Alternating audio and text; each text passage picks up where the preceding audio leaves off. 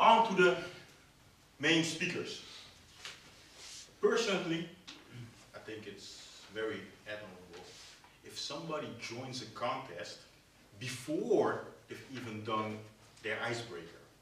Our first speaker of the day did just that. And I remember because we were standing here and he said, I want to do a speech. And I said, what's the speech going to be about? And he was looking and he was looking and he said, you know, I have a dream. So I want to bring to the stage with a warm applause, with a speech titled, I Have a Dream, Yaro.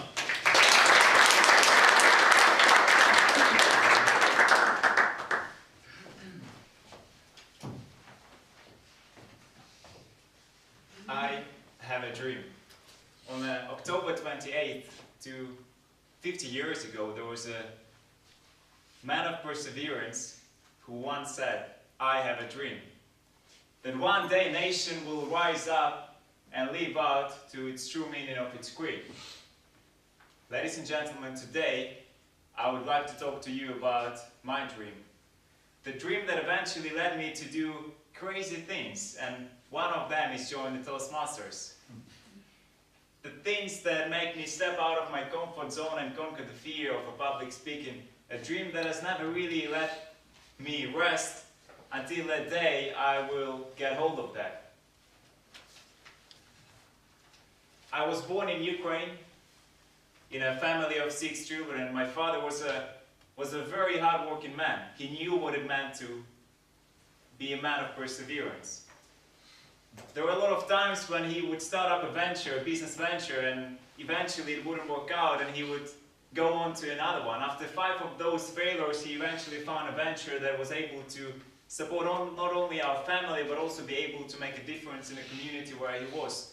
And as it was common to our family, he would sit down one day and he would just invite one by one, each and one of his sons. We had 4 guys and 2 girls, and he would put me on his lap and he would look me in the eyes and he would ask me, what is your dream? What is it that you want to do in your life? As a humble, shy guy, I said, I want to be a president. And it might have been a bit ambitious, it might have been a bit crazy, but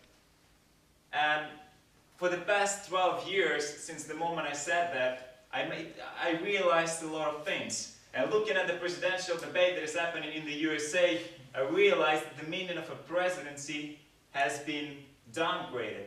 It has become a sort of a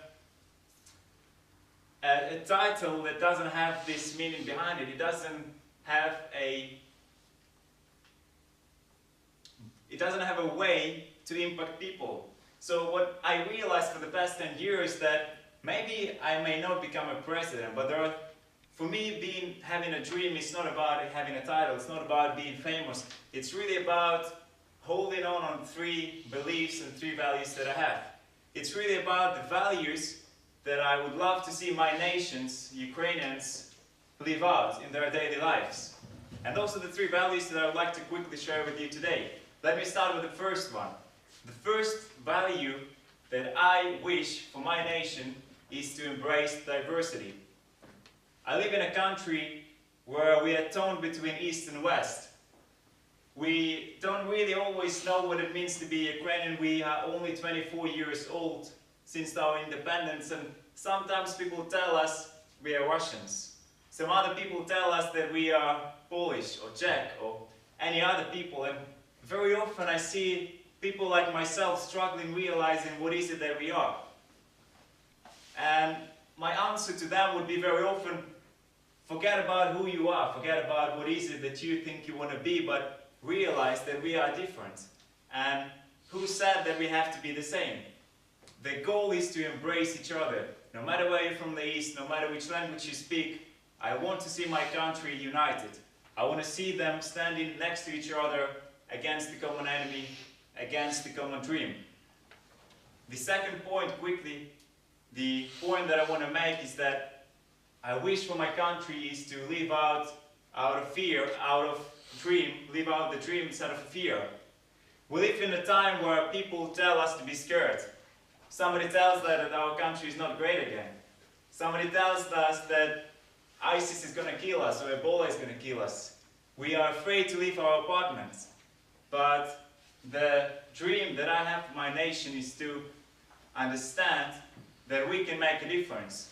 That no war, Russia or anybody else can make us fearful for our future. They shouldn't influence our present.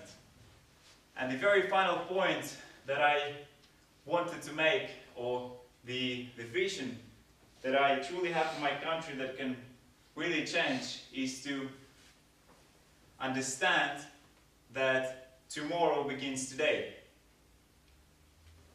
If you look back at history, you will see that there are Ukrainians that revolutionized the entire world. There are people who invented the first space rockets were born in the very Ukraine.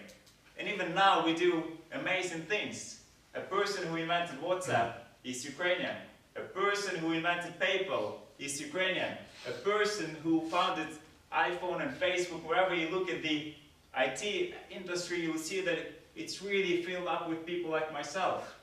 And what we truly have to understand that nobody can help us if we don't help ourselves. We have to understand that our future begins now, and we can truly change this.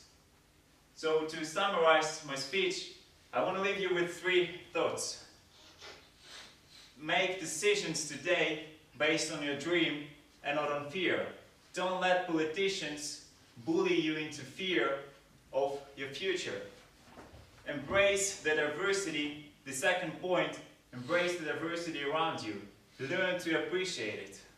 And finally, your future begins today. You can make the difference.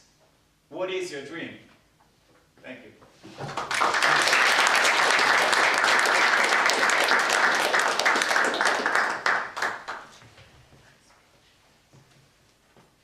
You all do realize that this was his icebreaker, right? It means it's his first speech. And doing a job like that? Awesome. Very awesome. Martin Luther King also said, I have a dream that one day my children will not be judged by the color of their skin, but by the content of their character. And you showed some great character and great content today, so it was very awesome.